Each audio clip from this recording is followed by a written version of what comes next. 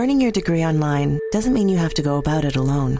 At Capella University, we're here to support you when you're ready. From enrollment counselors who get to know you and your goals, to academic coaches who can help you form a plan to stay on track. We care about your success and are dedicated to helping you pursue your goals. Going back to school is a big step, but having support at every step of your academic journey can make a big difference. Imagine your future differently at capella.edu. This episode is brought to you by La Quinta by Wyndham. Your work can take you all over the place, like Texas. You've never been, but it's going to be great because you're staying at La Quinta by Wyndham. Their free Bright Side breakfast will give you energy for the day ahead. And after, you can unwind using their free high-speed Wi-Fi. Tonight, La Quinta. Tomorrow, you shine. Book your stay today at lq.com. Thanks for listening to the Red Treehouse, where I tell scary stories to keep you up at night.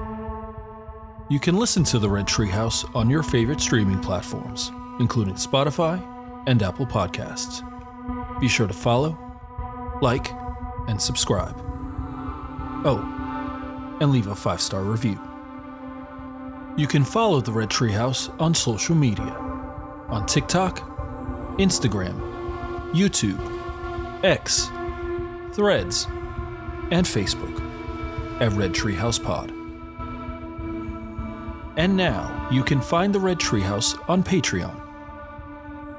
Join the Red Treehouse community for as little as $3 per month and receive exclusive member benefits, including personal shoutouts, early access to episodes, bonus episodes, and more.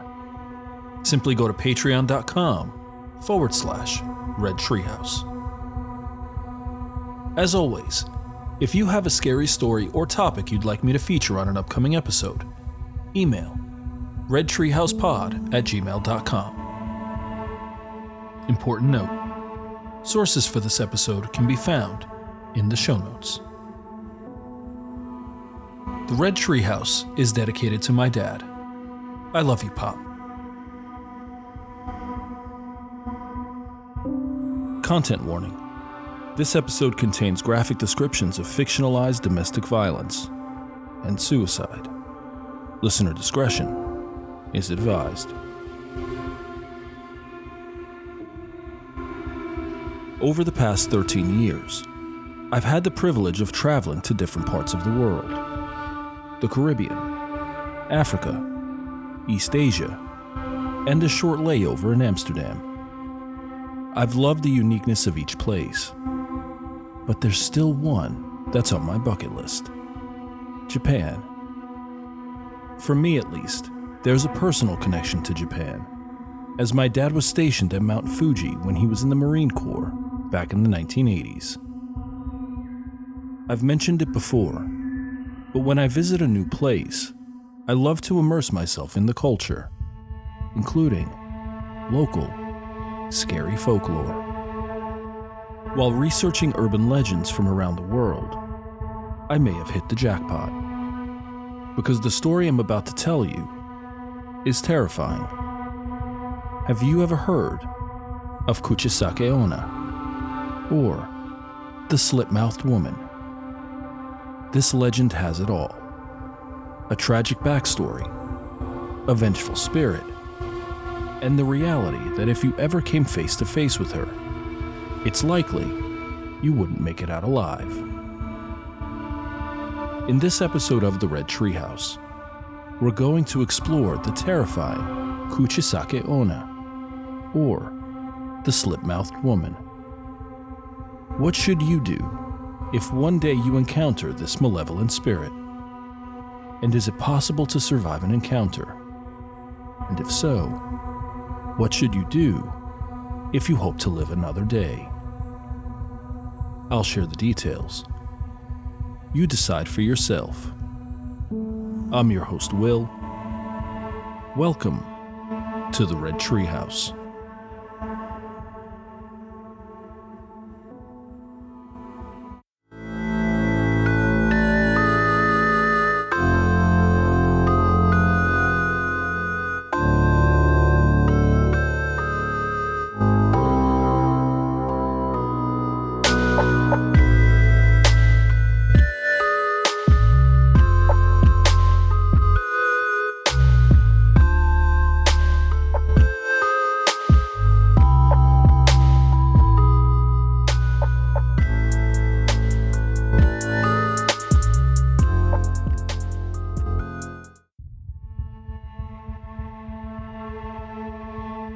story goes like this.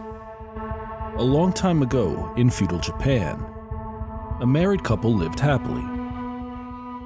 The husband was a samurai, and though she was very beautiful, the wife was also very vain. One day, after meeting a younger, more attractive man, she cheated on her husband. In a fit of rage, her husband used his samurai sword to cut his wife's mouth from ear to ear. He then mocked her by asking, "Who will think you're beautiful now?"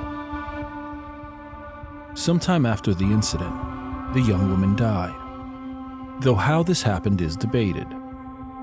Some say she died as a direct result of her injuries. Others say she died by suicide. What isn't debated is after her death, she became a vengeful spirit, condemned to wander the earth for eternity. She covered her face with a surgical mask, or in some versions, a handkerchief or a hand fan, and she began carrying a sharp object, a pair of scissors. It is said she would hide in the bushes and wait for passing students walking home from school in the afternoon. Then, as they pass the bushes, she will make a rustling sound, catching the attention of the student. When she has their attention, she will then appear, asking the student if she is beautiful or not. If the student replied no, she would immediately kill them with a large pair of scissors. If the student replied yes, she would take off the surgical mask covering her face, revealing a horrific slit mouth. Then, she would ask the question again, "Am I beautiful now?" If the student replied no, she would cut them in half with her scissors. If the student replied yes, she would cut the student's mouth from ear to ear with those scissors. Escape is impossible, as she will simply appear in front via teleportation. Something interesting. There are a few variations to this story. In one version, the young woman is not vain and does not necessarily want to cheat. Instead, she cheats on her husband because she is lonely, as his responsibilities as a samurai often leave her alone at home. In another version of the story, the young woman is mutilated during a medical procedure by a woman who was jealous of her beauty.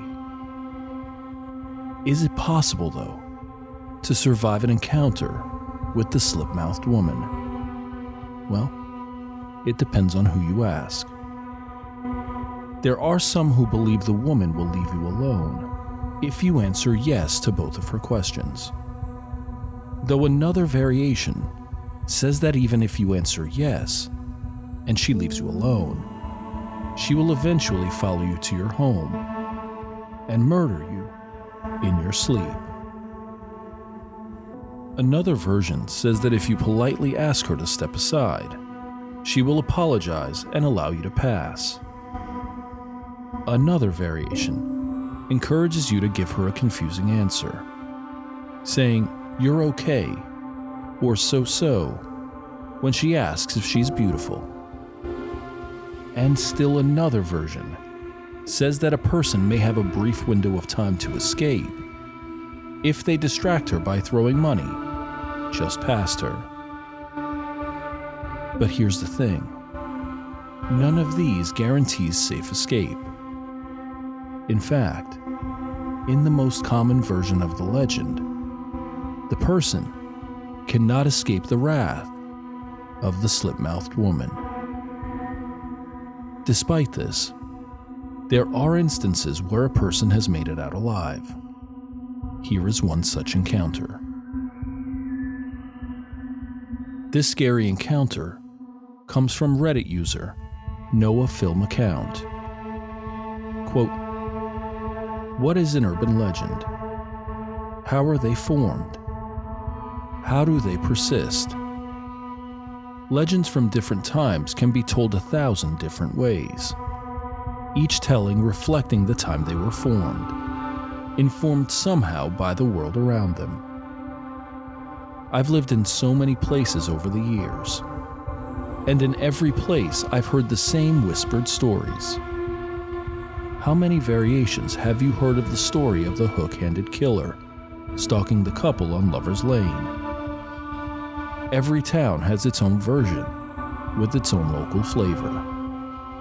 Every town is different, and every town incorporates its own local fears into the legend.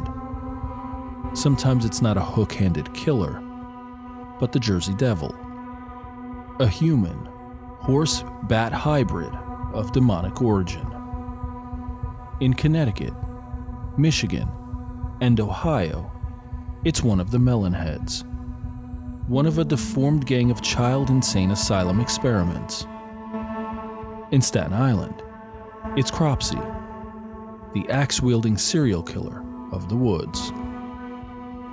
I've been thinking about this a lot lately, and it all ties back to something that happened to me a few months ago. The air was heavy with rain, and the skies had opened. I was in downtown Manhattan late afternoon, on my way back home from work in Brooklyn. I worked as a background actor. Dead body on Law & Order? That's me. The back of my head, it's in Succession. I had wrapped early and was on my way from one train station to the connecting Path train station so I could continue my lengthy commute home to Jersey City. Between the two was about a 20-minute walk. It had been humid and overcast all day, but I had hoped in vain to beat the rain. Now, I was quickly becoming soaked in the style of someone trapped inside of a washing machine during a flood, so I ducked into the first bar my eyes caught onto. It was a smaller, dingy place, somewhere I felt like I had been before, but couldn't recall the exact details. It was somewhere in the vicinity of Greenwich Village, though even if I remembered the name of the place, I wouldn't tell you, and I would do my best not to seek it out again myself. Regardless, I went in because it was warm and a place to sit down away from the wind, rain, and steadily dropping temperatures. I hoped the rain would end quickly, but according to my weather app, I would have no such luck. Standing in the doorway, I put on my COVID face mask and ventured further inside. That was when I noticed her, sitting on a stool on the far end of the bar, dressed in a white dress and black overcoat. Her hair was long, straight and black. It shined in the light. Her skin was as pale as porcelain, and the shadow fell over her eyes.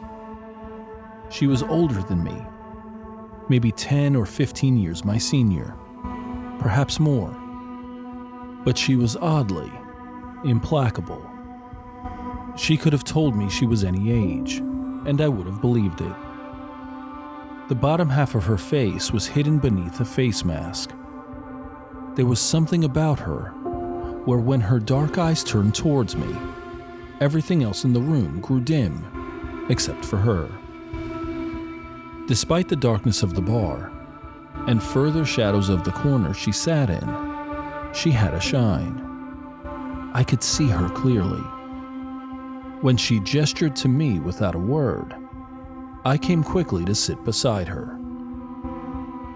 The bartender came, though I barely noticed through the shadows, and I ordered a drink. She felt like when you meet someone in a dream. Has that ever happened to you? They say that every face you see in a dream is someone you've seen in real life. I see actors a lot. But have you ever seen someone in a dream that you've never seen in real life before? That's what this felt like. I took my face mask off to drink my own drink. Hers stayed on. Fair enough. You can't be too careful these days. Fortunately, in the film industry they test actors, even background actors, every morning of every workday. So I was fairly confident of my own health. I also knew that in Japan, masks were more commonplace before the pandemic than they were in the States. They were worn in cities with heavy smog, and were worn every flu season by some, so I didn't think much of it. There was a sense of mystery to her. Her eyes were as black as the night sky, and I could sense no emotion in them. I didn't even know what she looked like under her mask. I began to talk to the woman, asking her about herself, her name, occupation, and up close she was even more striking than afar. Her skin was smooth without even a wrinkle, almost like plastic or a piece of carved marble. Her hair shined like how a spider's web reflected light. And her voice, it was rhythmic, never faltering in tone, almost hypnotic. The alcohol put me in a daze, loosening me. Everything became subtle movements, ripples on water, a sort of merging of thought and action. Everything merged and formed and unformed. She told me she was originally from Japan, Tokyo to be exact. She had worked as a fashion model and had been fairly popular, appearing in all sorts of magazine advertisements.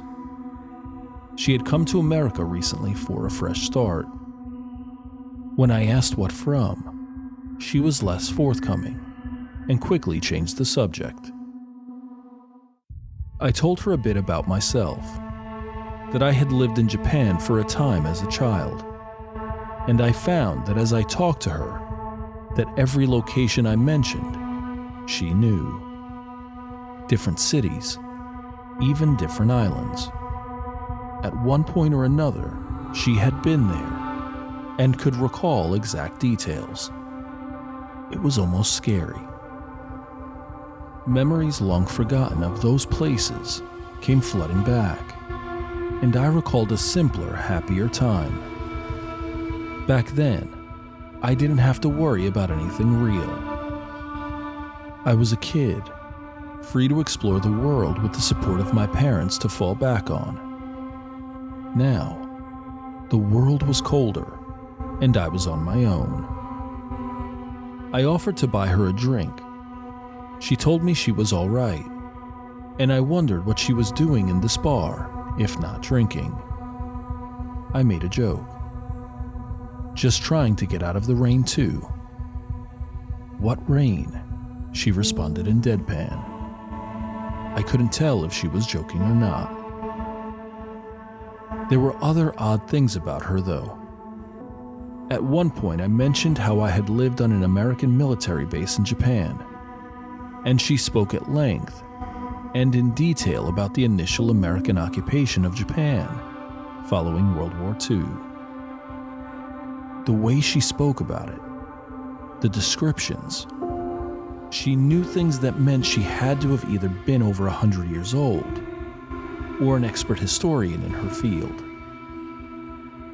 I shook my head. I knew she was older than me, though from certain directions she occasionally looked a bit younger. But she couldn't be that old. The most likely explanation was she had either a love of history or an older family member who had experienced those events and passed the story down. I asked her if she had any family in Japan, and she told me that she once had a husband.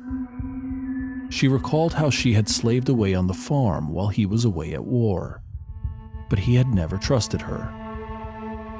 He had been a paranoid man, and had come to believe with every fiber of his being that she was cheating on him with their hired farmhand. The way she talked about their home, her description of the paddy fields, and the way the sun shined down on the water, It sounded like a story out of another time, centuries ago. Time became fluid. My mind wandered to thoughts of feudal Japan and the wars between different samurai houses. As my vision drew further and further into the black holes of her eyes, it could have just as easily been happening then as in this exact instant. I could hear screams, blood, 100 years of blood and rage and retribution. There could be no justice except in death. Suddenly, I snapped back to reality. Her eyes glinted. I almost felt like she was smiling under her mask. She asked me if I would like to go outside with her. Her voice was like a whisper and nails on a chalkboard. I stood and followed her, slowly out the back door of the bar. I couldn't feel my legs, and I realized they had fallen asleep. Her footsteps were heavy, though her movements were like she was gliding. For a moment, I swore she was looking at me with hate through her eyes. When I woke up, I was standing beside her in the alley.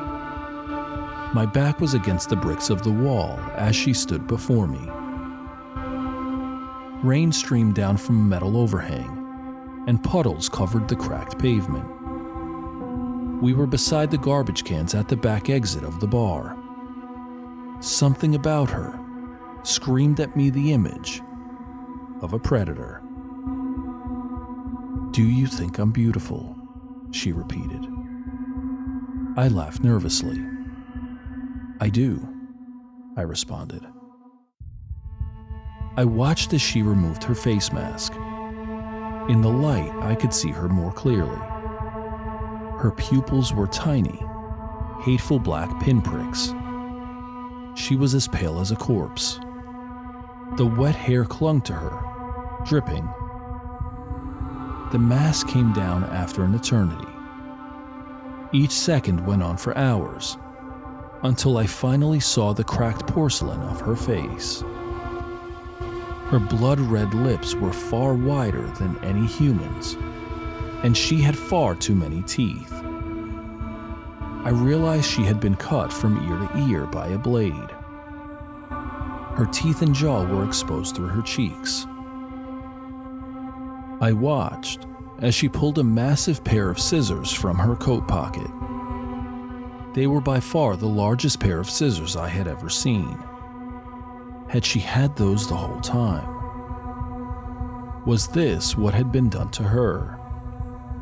Was she about to do the same to me? Something had gone horribly wrong. Like a punch to the face, I remembered. I remembered stories I had heard as a child living in Japan. Campfire tales, ghost stories told at sleepovers and on internet message boards. The Slit-Mouthed Lady. In the 1970s, there had been such a panic about stories of the Slit-Mouthed Woman that teachers in Nagasaki began walking their students home, for fear she would attack them on their routes back from school. But she was an urban legend, not reality. There were many versions of the story. Though it had started in Japan, over time the story spread to Korea and other Asian nations. In older folklore, she was the adulterous wife of a samurai, though in another story she was his mistress. Either way, he had mutilated her in a rage. But she had returned, hadn't she? Disguised with a fan she held below her eyes, she had returned to exact revenge. In more recent stories, she was horribly disfigured in a dental surgery gone wrong, and she wore a medical mask to hide her injuries. In another, she was a stalker of children who police chased into traffic, resulting in her facial injury. In the 90s, she was a victim of botched plastic surgery, In others, she was still a model, carved up by her jealous rival. She killed others with a knife, or a sickle, or yes, even a pair of scissors. She couldn't exist. She was a metaphor, a bedtime story to scare children. But looking at her, I could tell that somehow, every one of these stories could exist simultaneously. She lived in the whispers and nightmares, in the backs of throats that held back from saying her name. She was in the school bathrooms and locker rooms, following behind on the dark streets, just out of view on a late-night walk home. A stranger stopping you on a road through the forest late at night. And yes, she was there in the backs of alleys, in the back of every alley. She was in this alley, blocking the way out, holding a blade to me, blocking my escape. No way out, trapped like a cornered animal. Blood lips, black eyes, long hair, the bloody scissors. No escape. Her words tumbled out like 1,000 spiders from between her lips. Her voice was a croaking death rattle. Do you think I'm beautiful? This is what it feels like to be a ghost story. I had left the ordered world behind. Truth had walked out the door, and sensation had taken the wheel. All I wanted was to go back. I struggled to focus instead of giving in to the urge to scream. She glided the scissors like a caress across my face. There was nowhere I could run. She had me trapped. How did the legends say you could escape her wrath? Average. Her eyes narrowed. She stared with confusion. Her scissor-wielding hand lowered slightly as she faltered. I took my chance, and I ran. I ran out of the alley, and then I ran some more. I didn't look back. I ran until I was out of breath, and I kept running until I couldn't stand. I haven't been back to that area since. I know, though, that it doesn't matter. Her legend has spread now. I know she's out there, part of the crowd, able to hide amongst us. She's here, and wherever a version of her story is told, she will be there, ready to exact a bloody revenge. I've started to wonder if it was all some kind of waking dream, but I don't think it would matter if it was. When I close my eyes, I can still see her.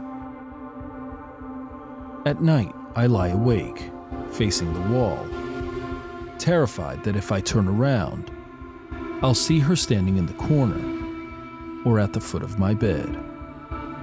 Terrified that she'll be there smiling with that cracked porcelain grin.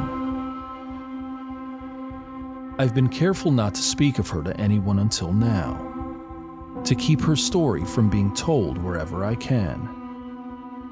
I realize now that it's futile. Maybe if I spread her legend, I can keep her away.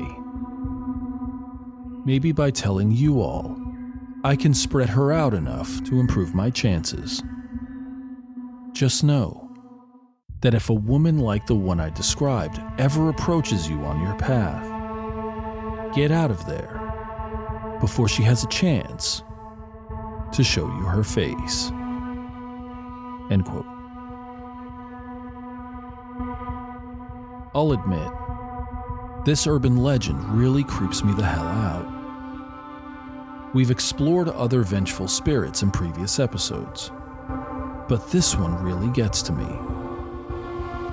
As far back as I can remember, I've loved J-horror movies. Ringu, Ju-on, Shudder, and more.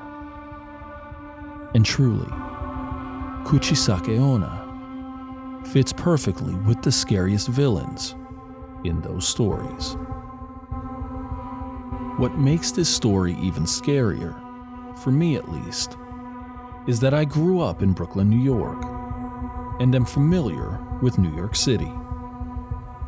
And as densely populated as New York City is, it's not unlikely that she could be lingering somewhere in the crowd. And you wouldn't know it until it's too late. As we close this episode of the Red Treehouse, we're left with these lingering questions. What should you do if one day you encounter the malevolent, terrifying Kuchisake-Onna? And is it possible to survive an encounter? If so, what would you do to try and live another day? I've shared the story. Now you decide for yourself. I'm your host, Will. Thanks for joining me in the Red Treehouse.